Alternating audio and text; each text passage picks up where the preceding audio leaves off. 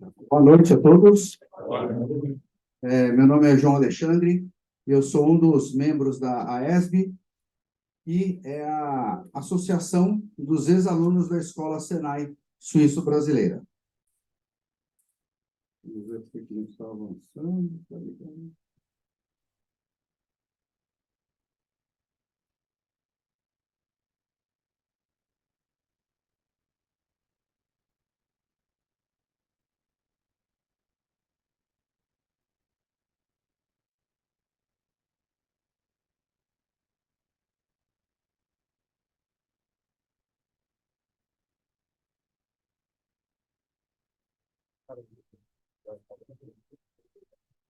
Muito bem.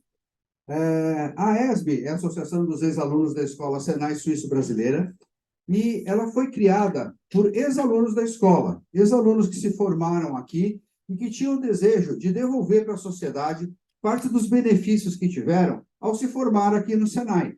Basicamente, foram alunos que eram do curso de mecânica de precisão, técnico e mecânica de precisão aqui pelo Senai, se juntaram, criaram a associação.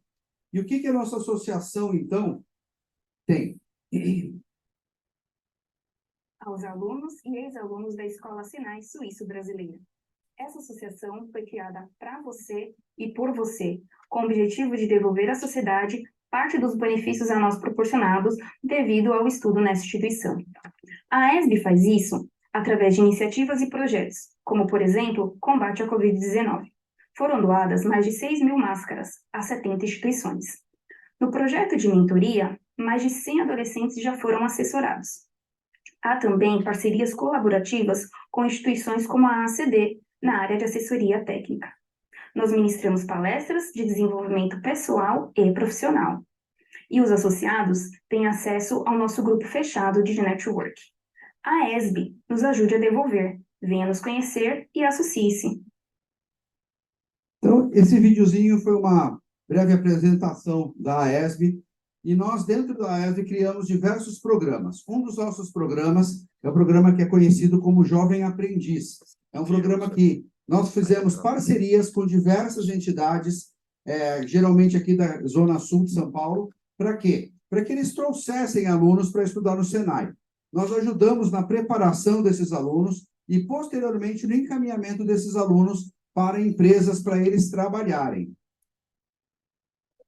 Depois nós temos o nosso network, que é um grupo que nós temos no WhatsApp, onde vários ex-alunos, hoje temos perto de 300 ex-alunos e parceiros também, onde nós trocamos ofertas de serviço, divulgação de vagas, troca de informações técnicas e assim por diante. É um grupo mesmo para ajudar a fomentar negócios entre os membros que participam.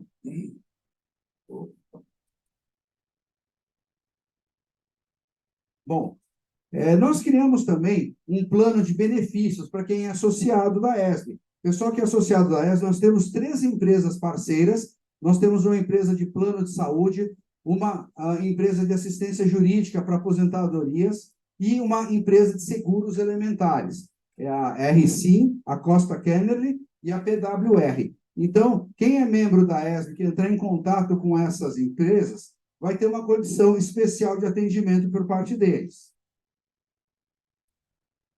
Nós temos também um projeto que nós auxiliamos a ACD tecnicamente em diversos projetos que eles têm. Nós firmamos uma parceria e diversas necessidades que a ACD tem, que tecnicamente eles não conseguem resolver, nós, junto com o Senai, junto com empresas parceiras, proporcionamos o auxílio para eles. Bom, a AESB ela mantém um estreito relacionamento com o Senai. Basicamente, a AESB foi formada aqui dentro do Senai, e a nossa ideia é também divulgar as ações do Senai. Então, nós estamos sempre em conjunto com o Senai, buscando novos projetos, buscando novas atividades.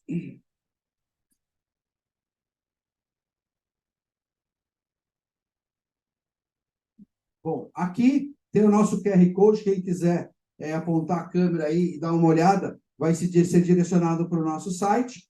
E aqui são os links que nós temos nas principais redes sociais. Então, quem quiser conhecer um pouquinho da AESB pode entrar em qualquer uma delas. E quem quiser cooperar com os nossos projetos, você pode ou se associar à ESB, ou você pode patrocinar projetos, pode disponibilizar o seu tempo para a ESB, vir trabalhar como todos nós aqui somos voluntários, divulgar a ESB dentro das empresas que vocês trabalham, dentro dos seus grupos de colegas. E aí tem o nosso contato. Se você quiser mais informações, pode mandar um e-mail aí para o contato@esb.org.br. Muito obrigado a todos. E agora, vivo na Europa, sendo que os últimos 10 anos, digamos assim, os últimos 24 anos eu vivo na Espanha, em Barcelona. E desde 10 anos eu tenho as minhas próprias empresas, uma da parte comercial e engenharia, e a outra da parte,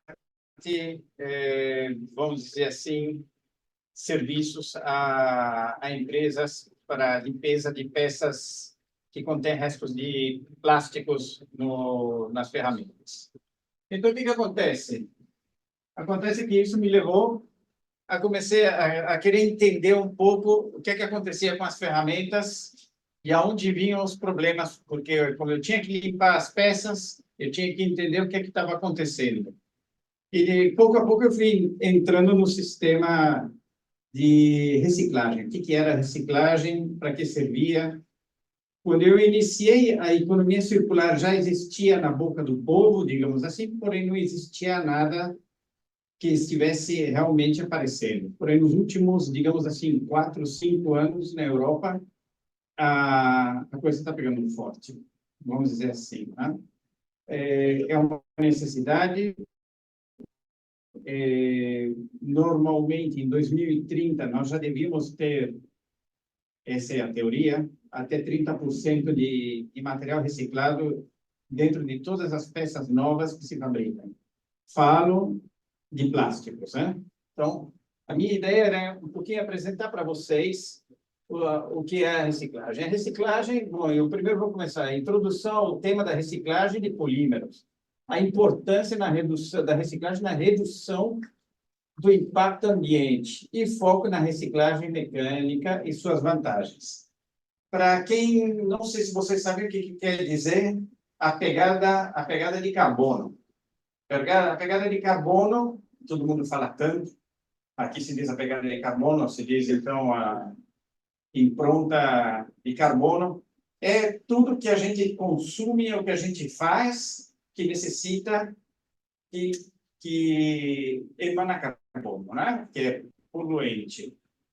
E quando a gente faz isso, a gente nunca pode esquecer que quando nós saímos com um carro, não pensar só que o carro está fazendo a poluição. Não, é tudo que ele gera de trás para que ele possa funcionar. Então, a gente diz que normalmente um ser humano deixa 5 toneladas de pegada de carbono ao ano. A gente não vê, mas a gente deixa. A média no mundo. Os Estados Unidos levam a palma, dizer, com 16 toneladas por habitante.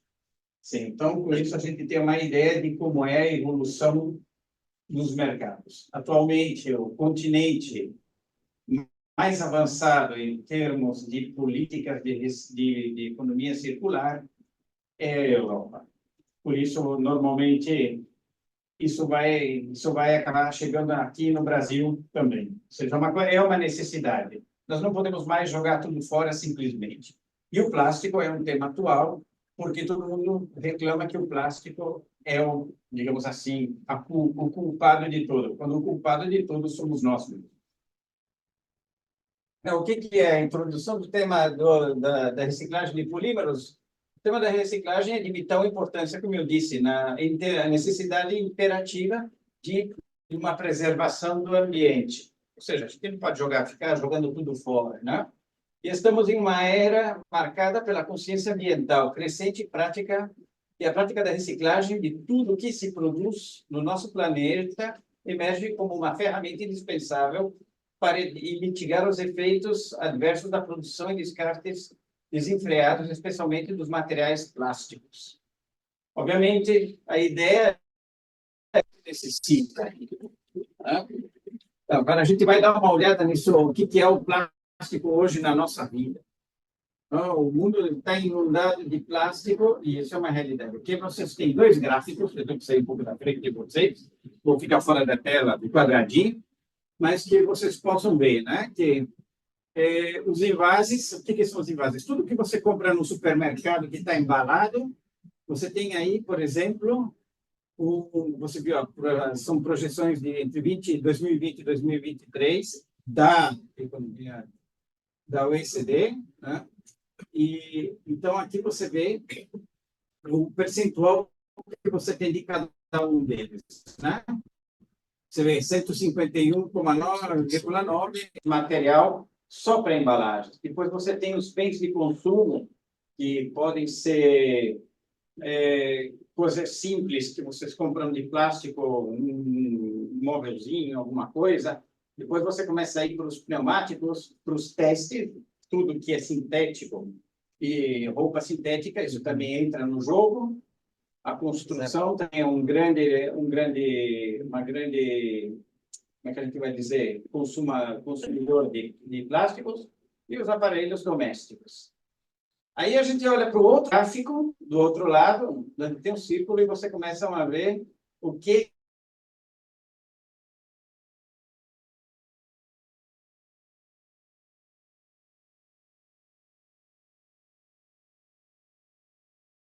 para melhorar essa marca existe, e é importante isso.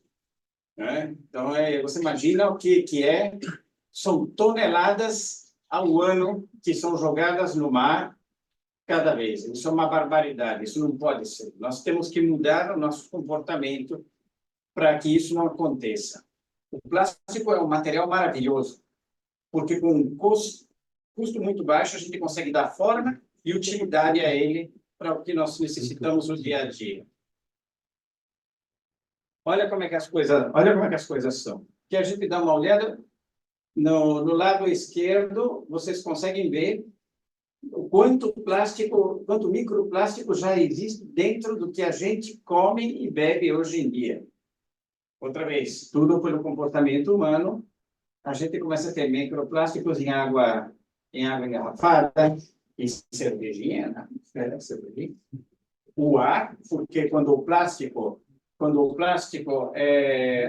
fica tão deteriorado, ele acaba criando um pó, que você também respira. A água de grifo também vem junto com os tratamentos de água, porque o próprio sistema que a gente tem de purificação de água muitas vezes não é ótimo para poder tirar todo esse material de dentro da água. Vocês podem ver, incluso o mel, o sal e o açúcar. É tão louco que a gente pode dizer que de partículas de microplásticos, atualmente, cada um de nós consome de 78.000 a 211.000 partículas de plástico e de microplástico ao ano. A sorte é que, teoricamente, ou ninguém sabe dizer ainda se isso faz mal ou não. Teoricamente, é um elemento sólido fechado, ele só fica aí. Certo? De onde vem tudo isso que a gente viu nesse gráfico aqui? Agora a gente vai no gráfico direito. Tudo que a gente joga fora, porque o pessoal tem preguiça de recolher, que são as embalagens, para os fumadores, que eu fico louco da vida. Os filtros de cigarro são, normalmente, fibras sintéticas, e a parte de tudo tem o veneno do alcatrão e todos os componentes químicos que, a parte de deixar o microplástico, deixam elementos venenosos na água que têm que ser retirados. Depois as garrafas, as tampas das garrafas, ultimamente vocês podem ver, já existe uma nova norma para as tampas de garrafas, onde que você não consegue mais, você desenrosca a tampa da garrafa, porém a tampa não se separa da garrafa, porque ela tem um pedaço que evita que ela se separe. E isso é o objetivo justamente que as coisas não vão de um lado para o outro. bolsas de plástico, garrafas de bebidas, latas de bebidas, você vê canudinhos, tudo. Então, tudo isso é o que a gente vê, a quantidade de porcaria que nós tiramos no meio ambiente, né? Imagina só o que é. A gente está falando que foi retirado, esse material que está no lado direito foi retirado ou recolhido por 318.928 voluntários que foram limpar as praias, os campos, os parques, numa extensão de 27.195 quilômetros de costas. Imagina, tudo isso. Aí a gente chega aqui, como é que a gente vê? A produção de plástico no mundo, obviamente a China aqui que está em primeiro lugar, a gente manda fabricar tudo lá porque custa mais barato, e depois a gente tem os outros continentes. O problema vem justamente nessa zona. Na parte laranja, tudo isso da parte laranja é o material que fica no meio ambiente, que não é recolhido. Isso sim que é uma tragédia. Depois você tem a outra parte, mais escura, a azul, que normalmente acaba sendo enterrada, e isso também já não deveria existir. Depois você tem o incinerado, que é o azul mais claro, e só o verdinho na ponta é o material realmente reciclado, é o que volta na cadeia de consumo, de produção e consumo. Com isso, vocês podem ver o que é que a gente tem de trabalho ainda por fazer nesse planeta.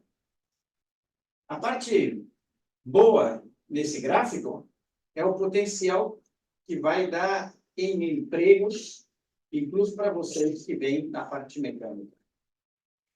Vou explicar mais para frente o porquê. Mas aqui a gente vê claramente que a indústria do reciclado é uma indústria que tem futuro. Parte que nós também temos que aprender a disciplinar-nos para que isso possa ocorrer.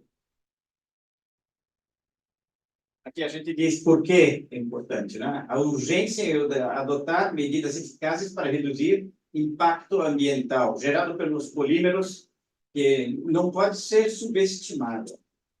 É muito importante. Os estudos alarmantes revelam o devastador efeito da poluição plástica nos ecossistemas terrestres e aquáticos, ameaçando a biodiversidade, comprometendo a saúde pública. Acabamos de falar quanto plástico nós estamos comendo.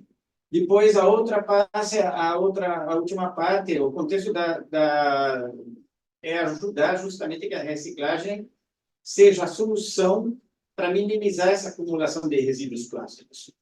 Deveríamos, teoricamente, dizem que em 2050, teremos que ser capazes de reciclar 100% de tudo o que se produz. Entre aí e a teoria, existe um mundo chamado investimentos e grupos de interesses que retrasam tudo isso. Não podemos... depois a gente pode conversar sobre política, e aí também continua... Como tem gente que gosta de fazer que esse material é mau, então eles criam associações onde eles recebem dinheiro governamental para dizer que estão ajudando o meio ambiente, quando na verdade eles estão cobrando e não estão fazendo. Então, isso aqui tem uma discussão tremenda. Bom, aí o que a gente vai fazer? Agora nós vamos entrar na parte da reciclagem mecânica e digamos assim, seus benefícios. Eu vou aqui explicar a reciclagem mecânica. Porém, hoje em dia nós temos a reciclagem mecânica e também já temos a reciclagem química. A reciclagem química eu não vou falar hoje, porque é um tema muito amplo. Porém, a ideia é que a reciclagem mecânica faça uma primeira limpeza e separação dos polímeros, porque temos vários tipos de polímeros, e a partir de que esses materiais estão separados, vamos dizer assim, que ele entra numa fase de refinação que poderia, incluso, através da química, voltar a desfazer e voltar a ter um produto, como a gente pode dizer assim, novo, reutilizável a 100%. Então, vocês veem aqui, né, que, como eu pus aqui, dentro das diversas metodologias de reciclagem de polímeros, a abordagem mecânica se destaca como uma alternativa viável e economicamente vantajosa. Deixa de ser vantajosa quando existe política no meio. Essa técnica, que envolve separação, trituração e processamento dos resíduos plásticos para produzir matéria-prima reciclada, apresenta uma série de vantagens significativas. A reciclagem mecânica possui a vantagem de conservar a estrutura molecular dos polímeros, mantendo as suas principais propriedades físicas e facilitando assim a reintegração nos novos produtos. A reciclagem, como se diz, é praticamente uma separação de tudo que nós tivemos em contato com o plástico, vem separado novamente, e a partir daí o material pode ser reutilizado. Mais fina é a reciclagem, melhor é o processo, mais se aproveita do material que foi reciclado. Ademais, quando eu comecei a conversa, eu fiz questão de dizer o que era a pegada do carbono, porque ela reduz a pegada do carbono, contribuindo para uma abordagem mais sustentável e ecologicamente consciente. Segundo os estudos, que são sempre um pouco empíricos, dizem que a pegada com a reciclagem do plástico pode ser reduzida até 14 vezes, em relação comparada à produção de um lixo. Então, é uma coisa interessante. Não é um processo barato, é um processo que requer muito investimento e o principal deles é a recolhida do material a ser reciclado, onde normalmente aí muitas vezes estão na mão das famosas máfias dos ferro-velhos que têm esse material e negociam com eles. A divisão dos polímeros são monômeros sintéticos e a sua ubiquidade na vida contínua. Christopher, Sim. na Europa, a mesma máfia existe? Sim, senhor. Isso daí é no mundo inteiro. No mundo inteiro. Quando você cria uma empresa de reciclados, o que acontece? Você compra uma linha de 2,5 milhões de euros para reciclar os polímeros. Normalmente é muito mais que 2,5 milhões, é só a parte da extrusora. Se você vai para trás e você pega toda a parte de lavagem e tudo isso, para cada tonelada é 1 milhão. Se você está transformando 2 toneladas por hora, você tem uma linha de lavagem de uns 2 a 3 milhões de euros, mais 2,5 milhões de euros na linha de reciclado, e depois você tem o material pronto para o próximo processo. Porém, menos de 5 milhões nunca custa uma linha de reciclagem. Na realidade, pensando com a linha de lavagem. Mais para frente eu vou explicar o que a gente... Porque nós temos 2 tipos como se diz, de onde pode vir o material. O material pode vir de descartes de produção, que é chamado PIR, Post-Industrial Recycling, e pode vir PCR, Post-Consumer Recycling. Então, Post-Consumer Recycling é aquilo, tudo que teve em contato com o alimento, que tem gordura, restos de alimentos, óleo de carro, produtos químicos, tudo isso tem que ser lavado com processos bastante acurados, que eu vou explicar proximamente para vocês.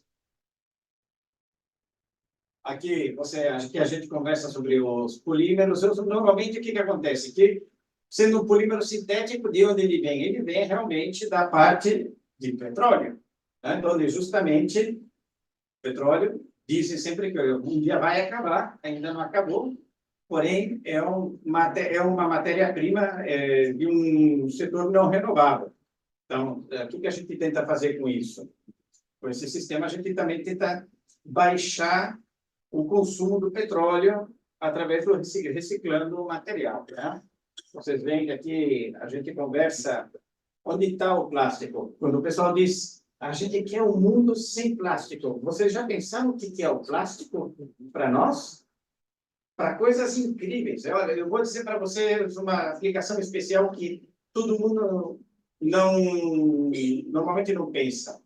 Por exemplo, conheço uma empresa na Itália que faz tubinhos mais finos que um fio de cabelo, onde tem chamado multinúmero, porque dentro desse tubinho ele tem até 8 canais ou 10 canais, e nesse mesmo tubinho, que é mais fino que um fio de cabelo, passam produtos farmacêuticos. Então, quando alguém tem um implante, alguma coisa, o plástico, ele serve para isso. Ou seja, o plástico é um material impossível de ser retirado da nossa sociedade. Vocês olham por todos os lugares, vocês vão encontrar alguma coisa de plástico. Uma pergunta aqui no chat. Se na Europa existe a prática da utilização da sacolinha plástica e se existe, existe a reciclagem dessa sacolinha. Absolutamente. O que está acontecendo é que, na Europa, com a demonização, a gente vai dizer assim, do plástico, muitos supermercados retiraram as bolsas de plástico. O problema é que, para fabricar uma bolsa de plástico, vamos dizer, vou pôr um exemplo, você necessita 1 litro de água. Para você fazer uma bolsa de papel, você necessita 10 litros de água. Então, o que acontece? Quando o pessoal começa a falar, a gente vai utilizar tudo de papel e de cartão, ninguém pensa qual é o consumo de água necessário para reciclar o papel, ou a energia necessária para fundir o vidro e para utilizar ele novamente. O plástico aqui tem uma enorme vantagem de reutilização. Quando eu digo enorme, é enorme de verdade. Então, obviamente, hoje em dia tem empresas que estão especializadas, algumas até que produzem, eu vi recentemente algumas que vão até 6 toneladas com 3 linhas de extrusão, onde conseguem separar, por exemplo, quando você tem as bandejinhas que vem o presunto, normalmente a folha de cima é PET e a folha de baixo é polietileno. Então, claro, esses dois materiais você não pode moer eles e fazer fusão com eles juntos, porque eles não sendo compatíveis, o que você vai gerar é um grão para reutilização no próxima vez na extrusão ou na injeção, normalmente na extrusão, porque filme é um lado e os outros vão para outro, aqui eu tenho que explicar outras coisas novamente. Porém, o que acontece? Nós temos que tentar separar os materiais da melhor forma possível para poder reutilizá-los de forma otimizada. Se nós temos materiais que têm polímeros diferentes misturados dentro do plástico, obviamente vai ser muito mais difícil ser trabalhado. Tá? Então, é isso aqui. Aqui, claro que nós estamos cada vez mais, a sociedade moderna, como a gente já conhece, cada vez a gente toca mais dispositivos eletrônicos, tipos de embalagens diferentes, e tudo. E, claro, com o aumento da população global e o avanço da urbanização, existe uma demanda crescente de materiais leves, resistentes, duráveis, versáteis e de baixo custo. O que a gente vê? Você pega um carro onde já tem até 60% do carro fabricado em plástico. Quanta coisa a gente não vê e quanta coisa a gente não pensa que tem em plástico. E eu digo hoje em dia que, para mim, um carro é um televisor. Ele não é mais como antes, sobretudo na minha época, que o carro era de ferro e tinha 5, 6 ou 20 elementos de plástico, o resto era tudo materiais duráveis. Por isso, nós temos carros antigos, carros clássicos. Porém, isso hoje em dia, obviamente, vai deixando de existir. Aí é uma coisa muito importante.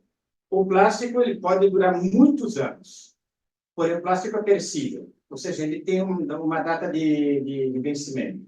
Algum dia ele vai ter que voltar para o ciclo, sempre que possa.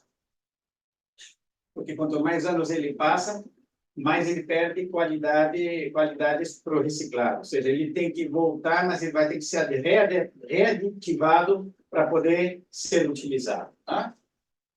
Obviamente, com que vamos fabricando cada vez mais coisas com o plástico, nós vamos entrando em diversos diferentes ciclos. Eu acabo de dizer o automotivo, mas o eletrônico, o médico, embalagens, tudo isso vai tocando. E com as energias renováveis, a utilização de filmes e de perfis finos especiais de materiais transparentes, que é tudo plástico, que tem uma vida entre 10 e 20 anos, e a partir daí eles perdem as qualidades e têm que voltar a serem reciclados. Necessidade da reciclagem dos polímeros, é claro. Né? Problemas ambientais causados pelo descarte inadequado de polímeros e escassez de recursos e a importância da reutilização.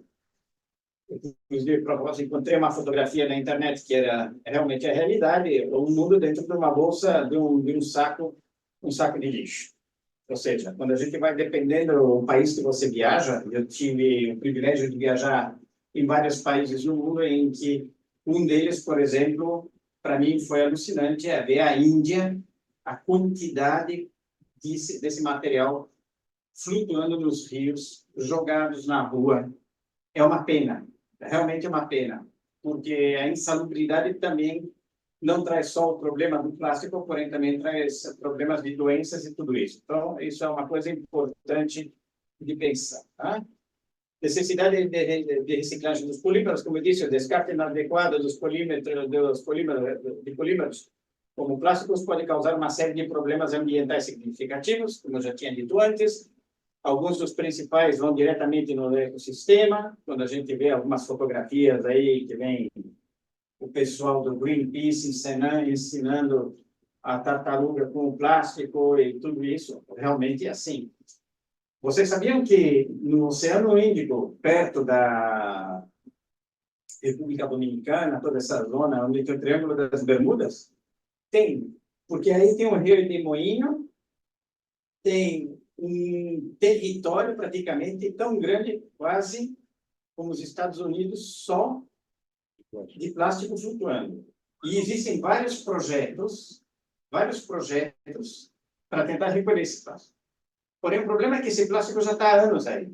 E junto com a água salgada, o sal, o que acontece? O plástico ele vai deteriorando e ele vai desmontando. Então, ele vai...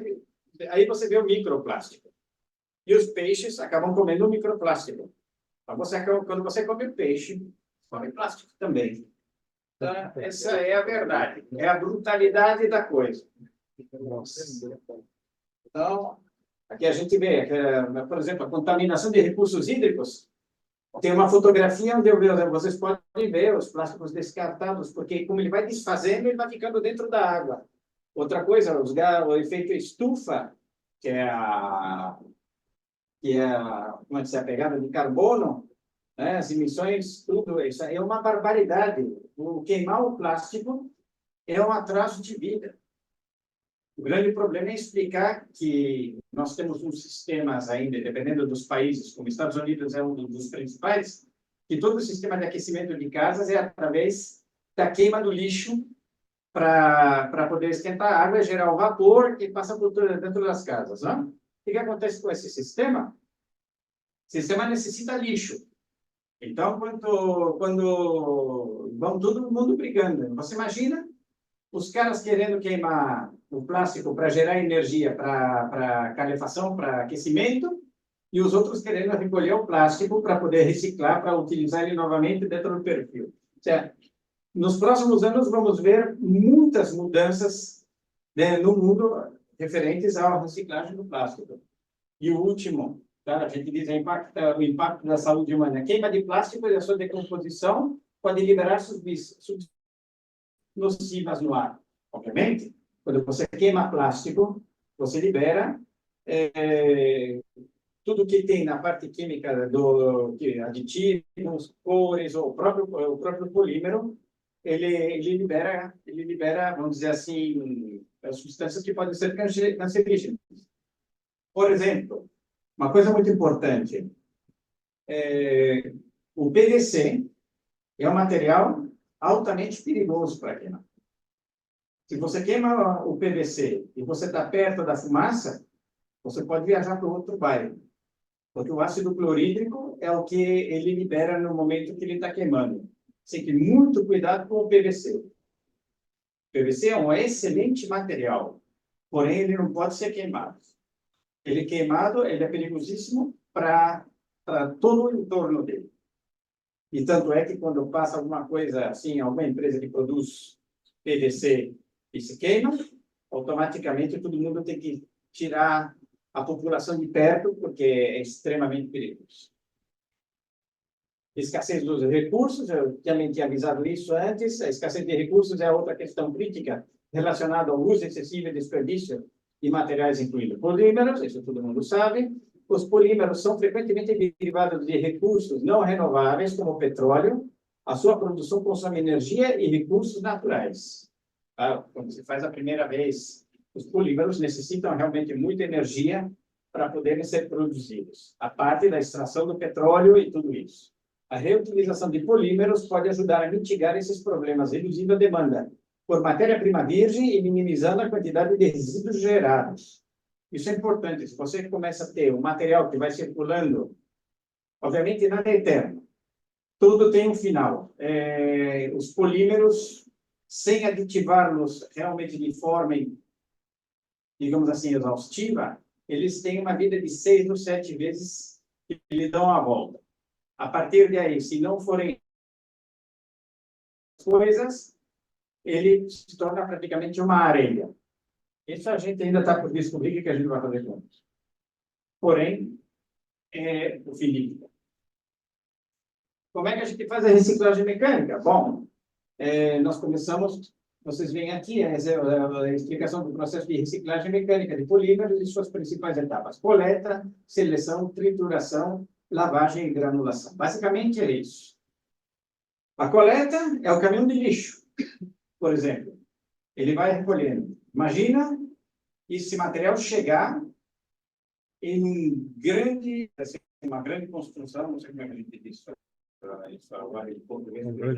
Container. Um container, isso está entrando no pátio, e a partir de aí tem uma esteira grande que começa a levar o lixo e o próprio lixo. E aí já existem mecanismos que vão separando os tipos de plásticos diferentes, o que você não quer, como resto de comida, e isso, a primeira triagem. Depois disso, vocês vão ver que isso vai passar, ou seja, você vê a recolhida, mixed plastic waste, depois você vê sorting, a separação ainda hoje, apesar de que já temos vários sistemas de ópticos, utilizando o ar, ou seja, ar comprimido, tudo isso já ajudou. A mão humana ainda e o olho humano ainda são insubstituíveis. Já melhorou muito, porém ainda existe. Como eu disse, o material, sobretudo o material que vem do consumo, digamos assim, da sociedade, que é o pós-consumo, ele tem que ser lavado. Então, vai ser lavado com água. E aí a gente vai ver, eu vou explicar um pouquinho o processo para vocês. Ele vai ser lavado. Nesse momento que ele recebe uma moída, depois ele é lavado, depois ele é secado, ele vai ser friccionado, porque alguma coisa ainda pode ficar colada nele, depois ele vai ser granulado e vai ser readitivado através do composto e volta para a linha. Então, o que é? A explicação é o seguinte, né? Como eu disse antes, a reciclagem mecânica é um processo utilizado para reciclar plástico, papel, vidro, metais, materiais como tudo que vem junto com ele, né? Principais etapas do processo de reciclagem mecânica focando nos plásticos. Quando a gente fala coleta e separação, o primeiro que a gente tem que saber é de onde eles provêm. Vem de restos de produção ou alguma utilização que é relativamente limpa. Por exemplo, tem caixas de transporte de peças que vão sendo utilizadas várias vezes até o momento que elas começam a arrebentar. Não é um pós-consumo, porém é um material utilizado, mas ele normalmente está bastante limpo, então ele não passa por um processo de lavagem. O PIR. O PCR, que vem proveniente da coleta do lixo, esse é obrigatório passar pela e a água, vamos nem discutir isso. Como a gente tem que tratar ela. Os materiais, quando vocês compram a garrafinha, vocês olham a garrafinha, ela tem que ter um número dentro de um triângulo. E isso são os diferentes polímeros já dentro. Porque a ideia é que quando nós utilizamos isso, normalmente está embaixo. Poderia estar embaixo. Deveria. Em algum sim. Em algum lugar tem que estar escrito. Normalmente você vai encontrar. Tampinha você vai encontrar do lado de dentro e a garrafa você tem que encontrar em algum sítio, em algum lugar. Então, você tem que, quando normalmente, esse é um grande problema que nós temos hoje, né? Fazer com que as pessoas separem o material corretamente. Se nós não separamos os plásticos corretamente, voltamos ao início. Tá? Tudo misturado não serve. A gente tem que ter isso separado. Então, a coleta deve ser seletiva, e após a coleta, os materiais são separados por diferentes tipos de plástico, segundo a tabela de classificação. É fundamental estar atento com isso. Os tipos de materiais existem porque, por exemplo, você utiliza o PVC, você utiliza tanto para água de canalização, para caixas, ou seja, o PVC é muito utilizado na construção hoje em dia. No passado, ele também era utilizado em garrafas de leite, em garrafas de água. Porém, com os anos, eles estão tirando isso porque eles dizem que existe um risco de contaminação da base, que é o ácido clorídrico. Ainda que ele esteja fechado na estrutura, dizem que existem alguma possibilidade. Mas você tem os outros tipos de materiais, né, rígidos, com agentes flexíveis, em função da aplicação.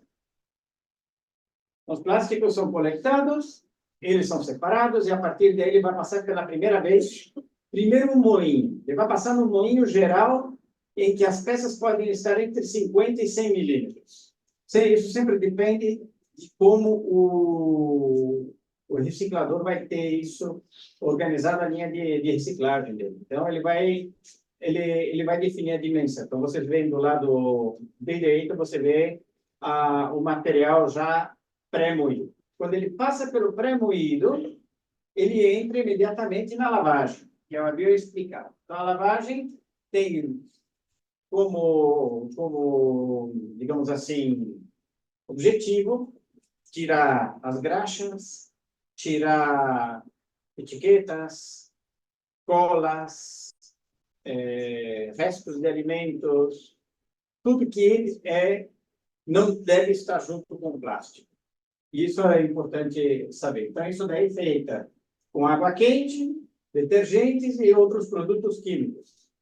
Por quê? Porque, por exemplo, vocês já devem ter visto essas caixas grandes de polipropileno, polietileno, que parece uma jaula, que tem uma jaula fora, que se guardam a água, se utiliza na agricultura, se utiliza nos produtos químicos. Normalmente, esse material é um material crítico para a limpeza, porque tudo que é armazenado dentro dele, depois você tem que tirar. É talmente importante, é talmente complexo fazer a limpeza dessas peças, e normalmente o que se faz é cortar a parte de baixo, digamos assim, a última parte, essa parte é queimada, porque não tem nada mais que fazer, só tem que queimar, e o resto, digamos assim, os 3/4 do depósito, esses sim vão ser lavados e reutilizados. Por exemplo, os sacos de lixo, como a gente falou, sacos de supermercado, isso também. O mesmo, vem passando sempre em processo. Você tem dois tipos de materiais. Você tem o material rígido, que se chama 3D, e você tem o material 2D, que é o filme. Tudo que é embalagem é 2D. E tudo que é rígido de peças, de coisas, são 3D. Uma vez que você fez a primeira lavagem, passa por outros métodos, onde vão se terminando de lavar e vão, através da centrifugação, vamos separando cada vez mais os elementos que estão dentro dos plásticos, né? E como os materiais, alguns flutuam, outros afundam, a gente vai tentando, através de etapas, tirar um depois do outro, tentando recolher a maior parte possível de contaminação dos que está junto com os plásticos. E uma vez que acaba de fazer tudo isso, ele com a centrifugação, tudo ele começa a ser secado, e a partir daí ele ainda vai ter, pode que ele tenha a gente chama de lavado de fricção, que é para assegurar que não ficou nada junto ainda no plástico, através de um movimento de rotação ou um zigue-zague, ele vai tocando e vai deixando os últimos corpos, digamos assim, que não pertencem ao plástico fora. Né? Aí vem a moagem é a última parte, onde o material vai ficar em uma dimensão entre 5, 6, digamos que máximo 8 milímetros deveria ser, para poder entrar na fase da extrusão. Se são peças maiores, então ele não entra bem dentro da extrusora, você não consegue produção. Então, se é muito fino, se é muito pequeno, você gera pó de polímeros e isso também não se quer. Então, nós queremos uma dimensão entre 5 e 8 milímetros que ficam. A média são 5 a 7 milímetros. Esse que está feito, ele está moído, ele está seco, ele entra ou em big bags ou vão ser colocados dentro de silos. E a partir daqui, isso pode ir para outras empresas ou para a própria empresa, isso sempre depende da dimensão da empresa, que vai, como é que se diz? Vai transformar, vai fundir esse material para ele ser novamente reutilizado. Aqui, essa é a etapa da fusão. Nessa etapa os polímeros moídos já estão secos, já estavam guardados, agora eles vão entrar dentro de uma recicladora, uma máquina de reciclagem. Essa máquina vai fazer com que o material, através de um fuso e um cilindro, ele volte a ser fundido e transformado nos grãozinhos que a gente vê nas indústrias de produção de filme, de produção de peças, o que seja. Né? Então, aqui é uma coisa muito importante. Apesar de tudo que nós fizemos de separação de materiais, isso nunca quer dizer que a gente conseguiu retirar totalmente as impurezas de dentro do plástico. Então, o que acontece? A própria linha de extrusão, onde vai entrar o material, ela vai ter também sistemas de filtração de polímeros. Tá? Então, você vai ver a extrusora, que vem sendo alimentada do Big Bag. Então, ela entra aqui, o material bem fundido dentro dela, passa por uma primeira filtração, vai a segunda, depois passa por uma segunda filtração, e ela vem transformada em pellets e para dentro dos silos. Então, a partir de aí, o material já está realmente preparado. Tá? Temos vários tipos de extrusoras. Se vocês vão encontrar, esse é um mundo totalmente mecânico. Volto a dizer, para todos vocês que estão estudando mecânica, isso aqui tem muito trabalho para vocês. A extrusora é um fuso e um cilindro, onde o material entra e, através de zonas, ela tem a alimentação, ela tem a fusão e ela tem a compressão. Então, ela sai da extrusora, ela passa pelo sistema de filtração, depois do sistema de filtração, ela vai ser granulado, resfriado, e a partir daí ele é o utilizado. Né? Temos monofuso, uma extrusora com um fuso, temos extrusoras de duplos fusos corrotantes, que significa que os fusos se entrelaçam e giram sempre na mesma direção. O PVC, como é transformado de uma forma diferente, ele é obrigado a ser transformado com fusos corrotantes, contrarrotantes, que giram ao contrário. E depois você tem, na opção de ambas, da B e C, você pode encontrar também umas máquinas que são cônicas. Não? Por um conceito de construção, são máquinas que têm uma zona de alimentação grande de admissão, e a partir daí vai comprimindo o material, e nisso você tem um processo de classificação teoricamente mais rápido em um curto espaço digamos, de passagem. Os outros são mais longos, digamos assim. O que passa é que, com a complicação dos polímeros, a tendência é utilizar os paralelos, porque assim a gente tem mais zonas de processo do próprio polímero para aditivar, para poder deixar que ele trabalhe bem dentro. Sistemas de filtração do polímero. Eu disse que tem a extrusora e nós temos que filtrar o polímero. Filtrar o polímero é muito importante, porque muitas vezes, depois de toda a lavagem que nós fizemos, ainda podemos encontrar elementos contaminantes. Um dos principais deles, que é o que Opa, o dedo. então, deixa aqui, eu já apertei que não doía. Vamos ver. Aí. Aqui.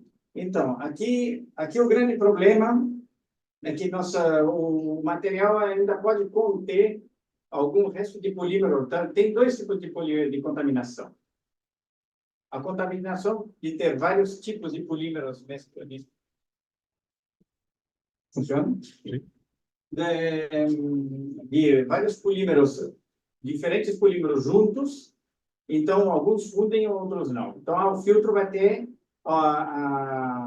vamos dizer assim, a função de retirar o material que não deve passar. Então, você só deve passar um, o outro não funde, eu tampouco quero ele junto com esse material. São diferentes temperaturas. São diferentes temperaturas de fusão, então você retira eles.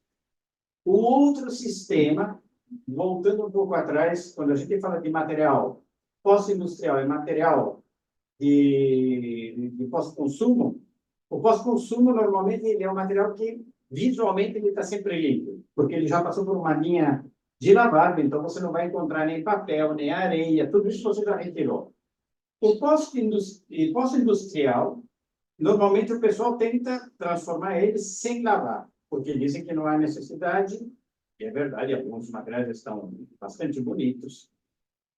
Então, aí você vai encontrar metais, madeiras, etiquetas. Então, o fuso, a extrusora aguenta o que aguenta e o filtro tem que recolher o que aparece aí. Então, você, dependendo do grau de contaminação, você tem que utilizar um tipo diferente de câmbio-filtros. A gente chama de câmbio-filtros. O que são câmbio-filtros? São filtros que é uma tela, e essa tela tem uma determinada passagem de material, e tudo que é maior dessa passagem fica bloqueado na tela. Então, nós podemos ter um sistema, digamos assim, intermitente, né? O intermitente, que a gente chama de soft continuous, é um sistema que tem a placa deslizante que corre de um lado para o outro em 1 segundo, e aí você vai trocando a malha.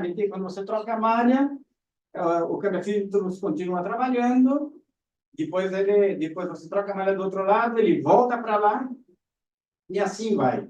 Depois você tem um sistema contínuo em que fica tudo imerso, com duas telas.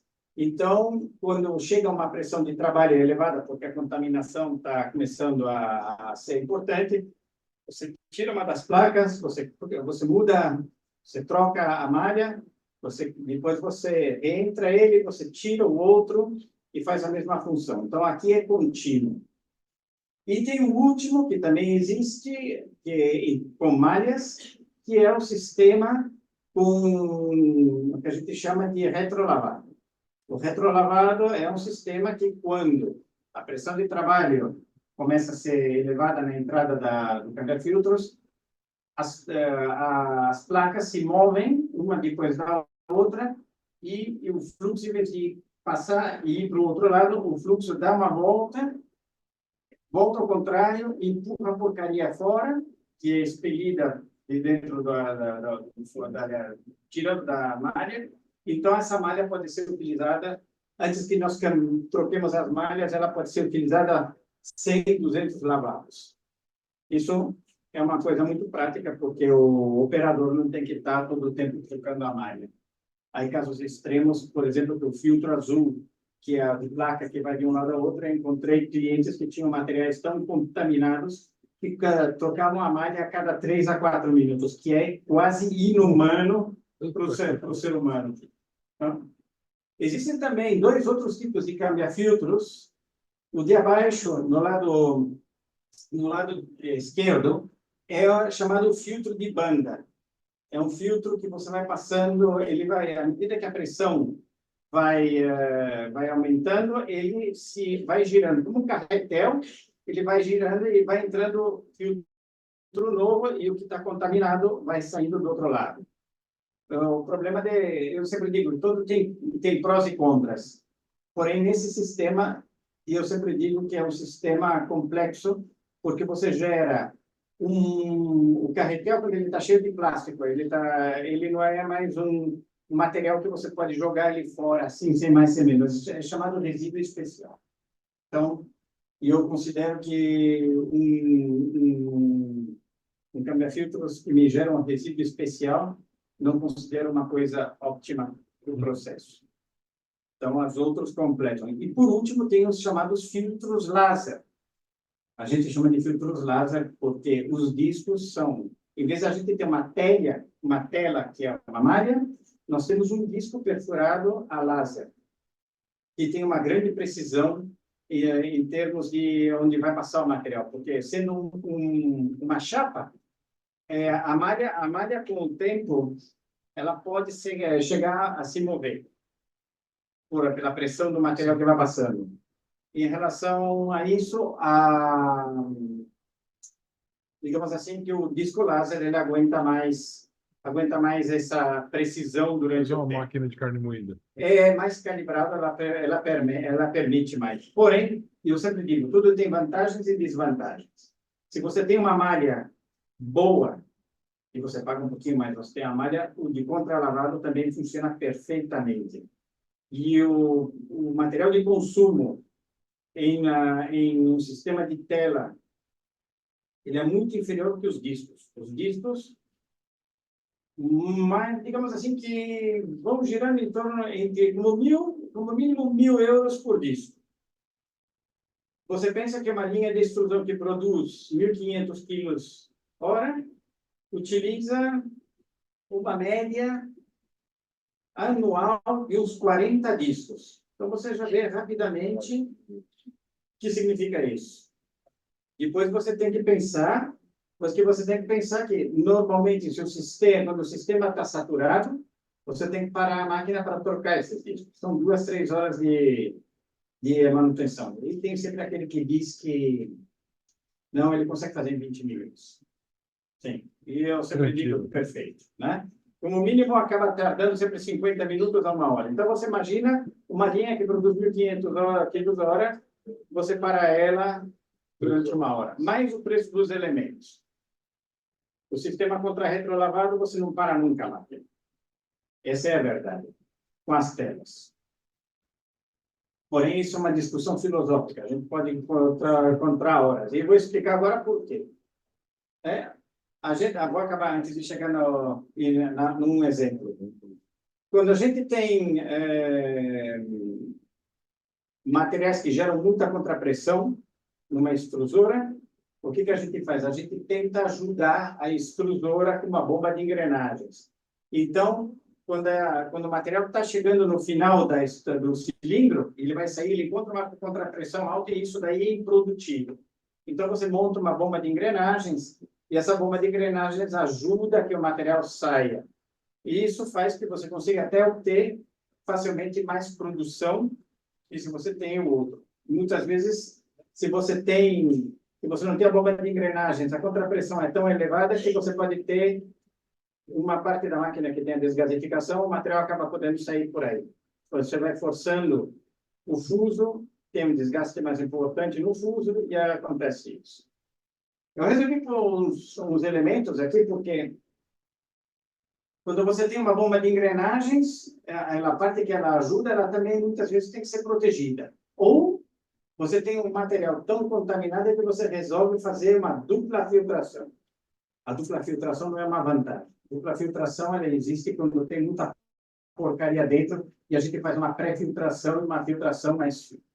Aqui eu tenho 2 casos. Aqui eu tenho um caso em que eu tenho um filtro laser. Primeiro eu tenho um filtro de proteção. Depois eu tenho um filtro laser. O filtro laser, nesse caso, é um filtro de tambores. E depois você vai para a segunda extrusora. Tá? Então, são duas extrusoras, uma depois da outra, para conseguir fazer um material praticamente, digamos assim, composto. Pois aqui a gente também tem a mesma coisa, que a gente vê que a gente tem um filtro de tela como pré-filtração e aqui a gente tem ele para filtração fina. Nesse caso, a gente tem completamente ao contrário. A gente tem a extrusora, a filtração laser, como pré-filtração, a bomba de engrenagens e a filtração de terra. Tudo depende com o processo e o pessoal decide por uma tecnologia ou outra na composição da máquina. Assim que quando vocês entrarem num lugar onde vocês veem uma linha de reciclagem, vocês começam a ter uma ideia de como funciona isso. Obviamente, o material passou pelos 2 filtros, ele vai chegar, ele vai ter que agora ser granulado.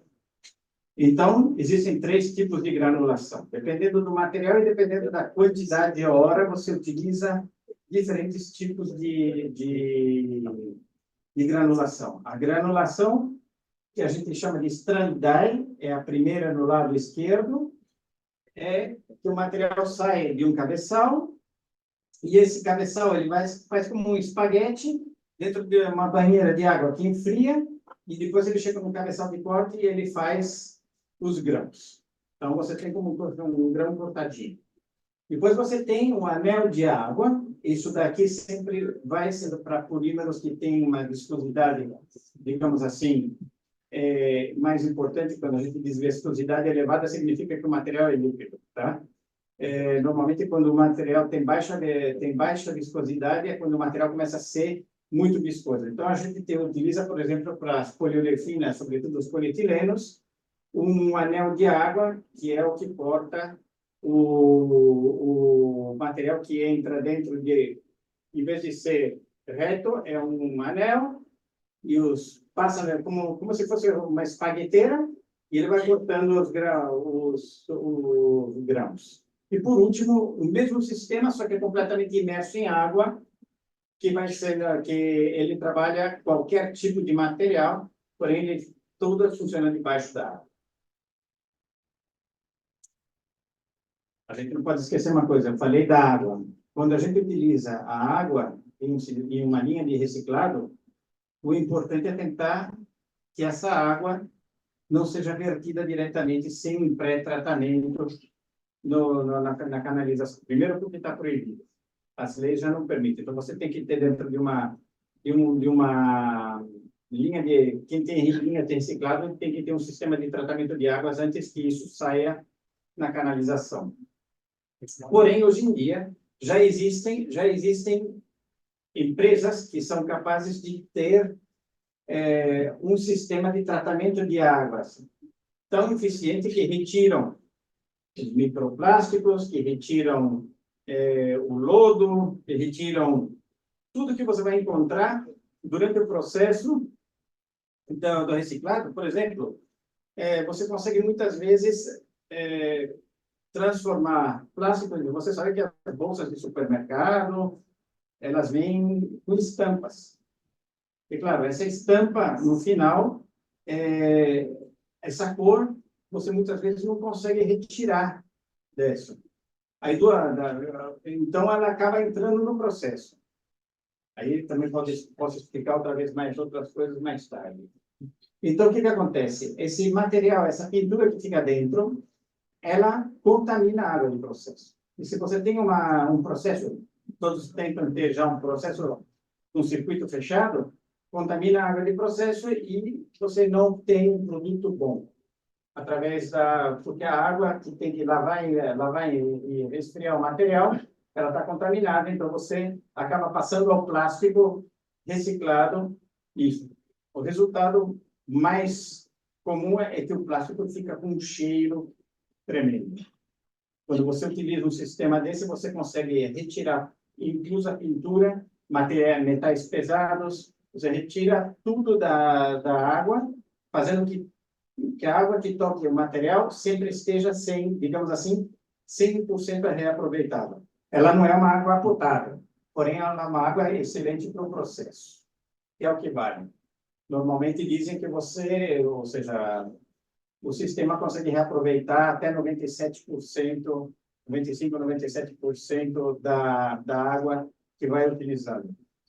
Não é 100%, porque existe a evaporação e sempre alguma perda. Mas chega a 97? Chega a 97. Chega a 97. 10 minutos, tá aqui. Temos 10 minutos, tá? Sim, senhor. Já estou terminando. Então, a reciclagem mecânica, como disse, veio para ficar, é uma necessidade para reduzir o desperdício do plástico, né? Conservar os recursos naturais, mitigar o os impactos ambientais adversos à produção e descarte de plástico, né?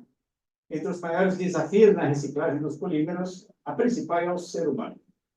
Conscientização ambiental do ser humano. Não jogar na rua, nem no campo, nem nos rios, em nenhum lugar. Depois, aprender a separar os diferentes polímeros para obter um produto melhor. Quanto melhor a separação, maior a qualidade. Degradação dos componentes das máquinas. Aqui vem a história, devido à contaminação que exige um apurado sistema de seleção de materiais, desde o início do processo da reciclagem dos polímeros.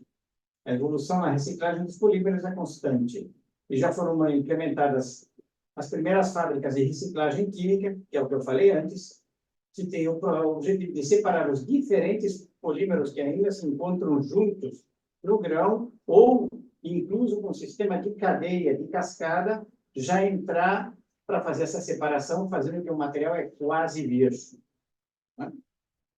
Aqui eu pus alguns exemplos rápidos. Na Europa, o que você vê, já tem empresas enormes, com várias linhas colocadas em vários países, como a Alemanha, Inglaterra, França, Tchecoslováquia, porém Espanha também tem, ou seja, praticamente os países do leste, como Polônia, também cada vez mais tem boas linhas de reciclagem. E a conclusão, bom, como eu já disse tudo, não vou estar repetindo, né? Porém, o importante é promover a conscientização sobre a importância da redução, reutilização e reciclagem dos materiais. E é isso aí. Muito obrigado pela vossa atenção. Eu fico aberto para perguntas, para tudo que vocês necessitarem.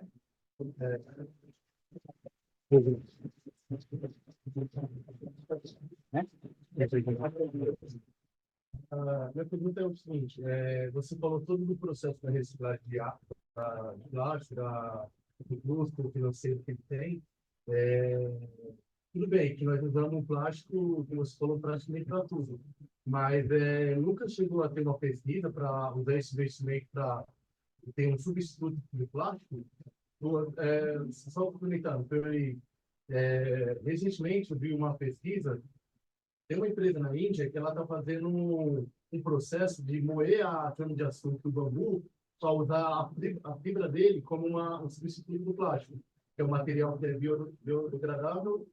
Aí, nesse caso, é tão difícil fazer a substituição do plástico? A primeira coisa que você tem que pensar são, digamos assim, as qualidades mecânicas do produto.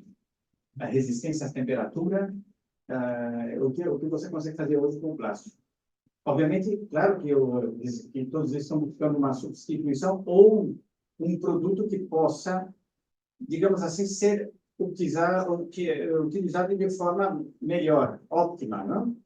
Existem plásticos, tipo um PLA, que já são praticamente considerados os biodegradáveis, utilizados nas embalagens, porém ele tem uma desvantagem. Com pouca temperatura, você já começa a ter ele mole, ou seja, você não é o problema da utilização. Porém, claro que sim, que se tenta utilizar.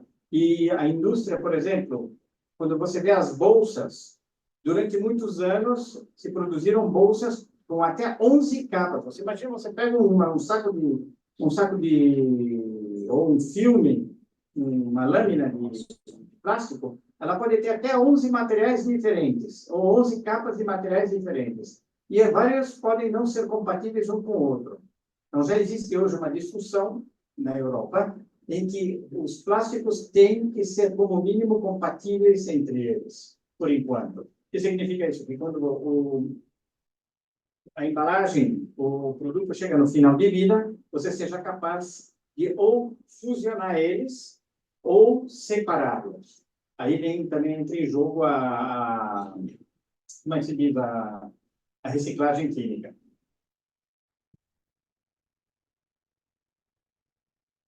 E também, complementando o que ele perguntou, o custo também de outros materiais alternativos, o processo ainda é muito caro, né? Absolutamente, absolutamente. Tudo quando você você começa a transformar o material, você tem que ver quanta energia vai ser utilizada para conseguir isso.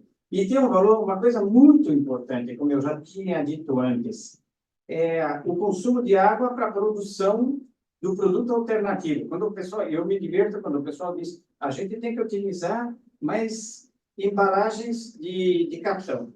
Aí você vai no McDonald's, você compra um cartão com salada.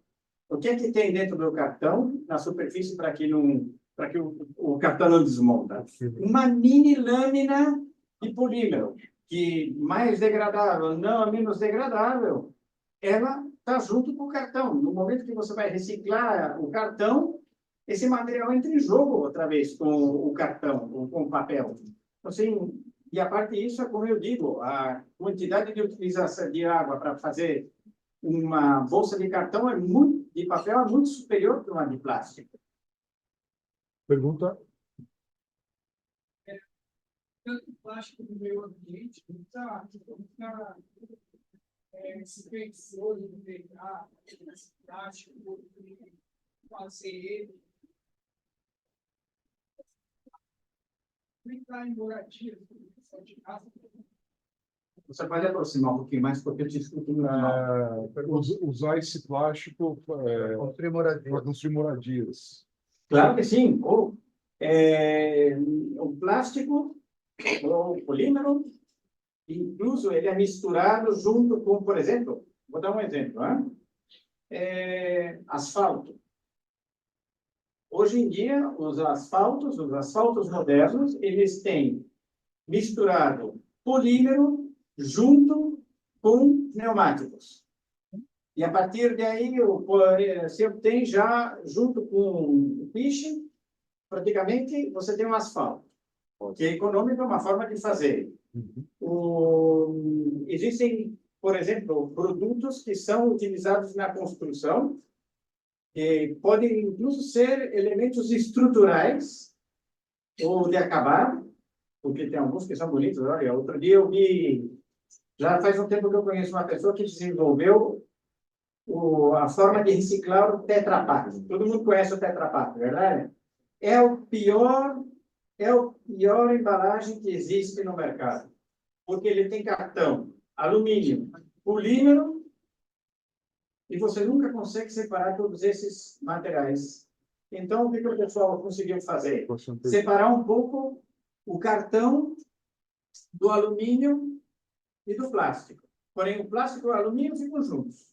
O que vai acontecer? Fizeram umas peças, fizeram uma forma, conseguiram, através de lavagem, em processo mecânico, conseguiram separar o cartão e agora fazem peças que são quase, que a gente pode dizer, de arte, que se pode extrusionar como móveis, em que você vê a peça de plástico, o resto do alumínio você vê dentro dele, e parece um objeto de decoração, fantástico. Porém, se está tentando sair desse tipo de embalagem. O Tetra Pak é um dos elementos mais duros que existem para fazer isso.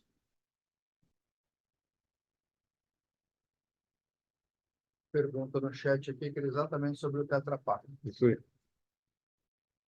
A Tetra Pak, antes a gente conseguia utilizar, fazer um determinado processo, conseguia utilizar polietileno do alumínio do Tetra Pak, e cartão também, para fazer telhas recicláveis, né?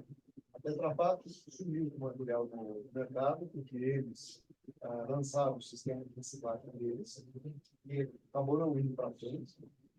A intenção era reciclar o alumínio, que é um material mais caro, né? É um sistema de reciclagem extremamente caro. Eles sumiram com o material do mercado e sumiram as telhas recicláveis. Todas as empresas que foram montadas para fazer esse tipo de telha faliram, porque não tinha mais a matéria-prima. Respondendo para você, tem uma empresa, tem uma senhora na África, ela começou a reciclar um plástico para fazer tijolo, que é utilizado na construção de casa. Esse é um exemplo totalmente vivo. Nós temos, eu vou voltar um pouquinho o que a gente fala da máfia, do lixo. Quando você monta uma empresa de reciclagem, a primeira coisa que você tem que assegurar é que você tem quantidade suficiente para alimentar a tua linha de reciclado. E aí vem os contatos que vão até a política. Porque, claro, onde é que você vai buscar o material? Você vai buscar o material no lixeiro. Quem deu os caminhões de lixo para retirar? Então, aí a gente começa. Por exemplo, uma das empresas, que eu não posso fazer nome, que estava na apresentação, claro, eles têm tudo controlado. Eles controlam desde onde começa até onde termina, para ter certeza que eles são os donos do processo. A transformação que nós estamos tendo é que, há anos atrás, como é que começa a reciclagem de forma geral? Você imagina que o cara do ferro velho ia recolher porcaria para todos os lugares. Chegou, ele separava o ferro, o alumínio, pneus, para todo mundo ele tinha um cliente. E o plástico ficou aí no terreno. O que eu vou fazer com esse plástico?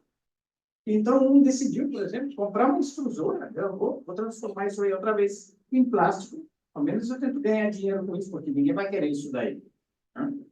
Então, foi aí que começou. Então, a história vem com os... Eu vou dizer que a gente diz, em espanhol, a gente diz os chatarreiros, que são aqueles que são compra e venda de porcaria. E a partir porque... E a filosofia desse pessoal sempre foi comprar alguma coisa de muito baixo valor, com preço de M, para depois transformar em ouro.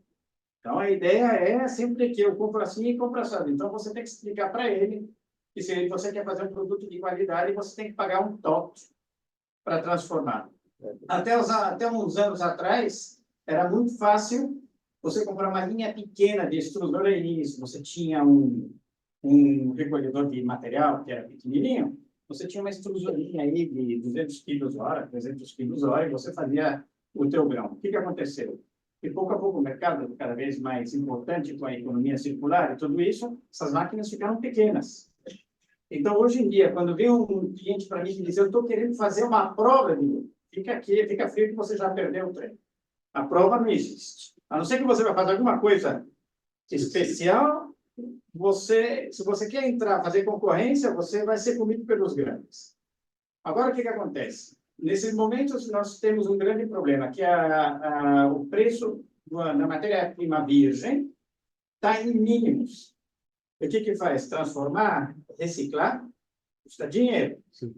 Então, o que aconteceu? A gente fala novamente do problema político, né? O problema político é que agora todo mundo disse que tem que reciclar tudo. Então, existem incentivos econômicos da comunidade europeia para reciclar. O que acontece? Os produtores de matéria virgem disseram, uau, tem dinheiro grátis. E agora vocês estão associando com todos os recicladores grandes ou comprando empresas de reciclagem, porque assim eles também se beneficiam das ajudas e eles controlam o preço do reciclado e o preço do virgem. Então, aqui a gente tem, digamos assim, uma coisa que vem no mercado. Porém, o potencial, ou seja, existe. Christopher, eu vou te agradecer. Os alunos daqui a pouco têm que voltar para a aula. Então, eu queria agradecer a presença de todo mundo aí, te agradecer demais a tua apresentação, Christopher, foi fantástico aí. Acho que muita gente não tinha essa noção de todo o processo que é essa reciclagem do plástico. E a gente queria te oferecer. Você queria comprar um livro, mas a gente quer te oferecer um livro aqui como lembrança da... Aliás, para quem quiser comprar, né? Muito obrigado. Tá ok? Muito obrigado. Vai lá, João. Obrigado. Muito obrigado. Foi um prazer. E muito obrigado por vocês terem vindo a escutar um pouquinho. Obrigado. Olha, pessoal. gente. Obrigado.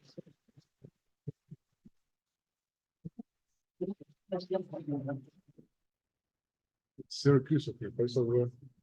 Aqui o Leandro quer saber um pouco mais sobre filtração contínua com filtro laser.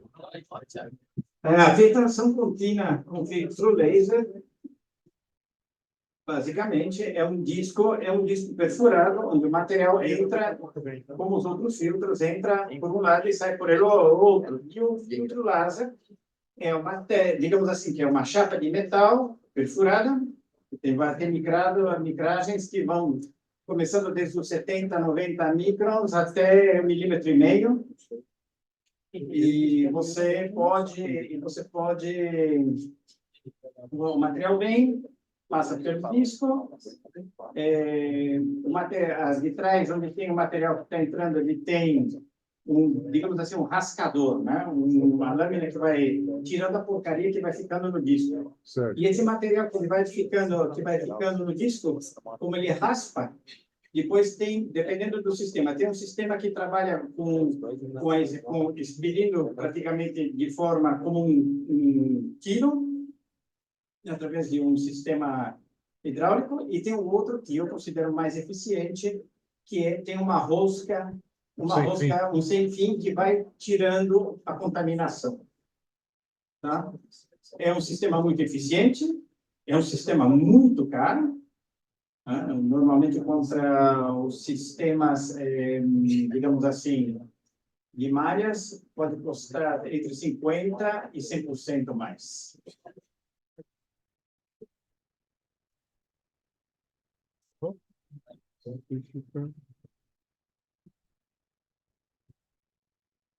Quantos bar chega uma bomba de engrenagem daquela, em linha de pressão? A bomba de engrenagens, você tem que ver o tipo de processo. O que acontece? Uma extrusora de reciclagem, como ela vai produzir grãos, ela normalmente não trabalha com uma pressão de entrada de mais de 300 bares. O que eu quero dizer? Que no final do fuso, quando chega o cilindro, o câmbio-filtros, a extrusora não suporta mais de 300 bares de contrapressão, porque ela pararia. Porque o que acontece? Você tem a contrapressão. Na contrapressão, você está forçando o redutor, você está forçando o fuso. Sim. Então, o objetivo como às vezes o material é tão, digamos assim, complicado de transformar, ele rapidamente chega a uma pressão alta. Ou a contaminação que você tem vai fechando tão rapidamente que ele tem que ser limpo. E o que eu posso dizer mais? A bomba de engrenagens, como ela está depois do filtro de proteção, digamos assim, ela vai ajudando que o material vai essa linha saindo mais e de forma constante. A bomba de engrenagens traz um benefício, primeiro, que é não fazer que a máquina trabalhe com contrapressões elevadas. O segundo benefício é que a bomba de engrenagens ajuda a aumentar a produtividade, porque a extrusora trabalhando mais tranquilo, você consegue girar mais quilos hora. Porém, a gente tem que dizer uma coisa, a bomba de engrenagens, quando ela é instalada numa linha de extrusão, não importa qual, começa a ser a madre do cordeiro. O que significa? Que ela é que vai dizer a extrusora quanto ela pode acelerar. Se você faz o processo do PLC, da programação bem, ela também pode controlar todo o resto do sistema. Ela vai acelerar a bobinadora, ela vai acelerar a granuladora, a bomba de engrenagens dita o funcionamento de toda a linha. Sim. Maravilha. Então é isso aí. Boa noite a todos. Perfeito.